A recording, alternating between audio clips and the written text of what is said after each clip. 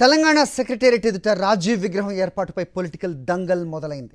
BRS అధికారంలోకి వచ్చాక రాజీవ్ విగ్రహం తీసేసి తెలంగాణ తల్లి ఏర్పాటు చేస్తామని కేటీఆర్ చేసిన వ్యాఖ్యలపై రేవంత్ తీవ్రంగా స్పందించారు. ఎవరికైనా చేతనైతే ముట్టుకోవాలని సవాల్ విసిరారు రేవంత్. అధికారం కోల్పోయిన గర్వం తగ్గలేదన్నారు. కేసీఆర్ విగ్రహం పెట్టుకోవాలని కేటీఆర్ అనుకుంటున్నారని రేవంత్ విమర్శించారు.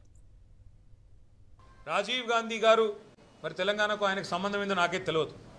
రాహుల్ గాంధీ దగ్గర మార్కులు కొట్టేయాలంటే మీ గాంధీ భవన్లో పెట్టుకో, లేదా జూబ్లీహిల్స్లో నీ ఇంట్లో పెట్టుకో, ఎవరు వద్దంటలేదు.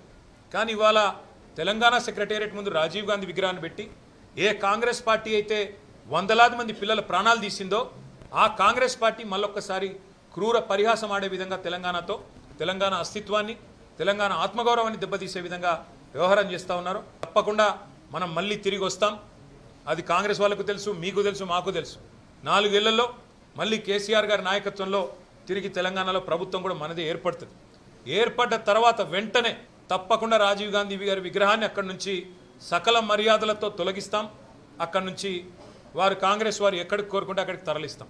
అక్కడ మాత్రం ఖచ్చితంగా తెలంగాణ తల్లి విగ్రహాన్ని పెడతాం. మీలాక మేము తాగుబోతులం కాదు, రాత్రి కోటి పొద్దున కోటి మాట్లాడడానికి, లేకపోతే మాట్లాడింది మర్చిపోయి మళ్ళా కొత్తది మాట్లాడడానికి మేమెవరము మీలాంటి తాగుబోతు సన్నాసులం కాదని ఈ వేదిక మీద నుంచి నేను చెప్పదలుచుకున్నా.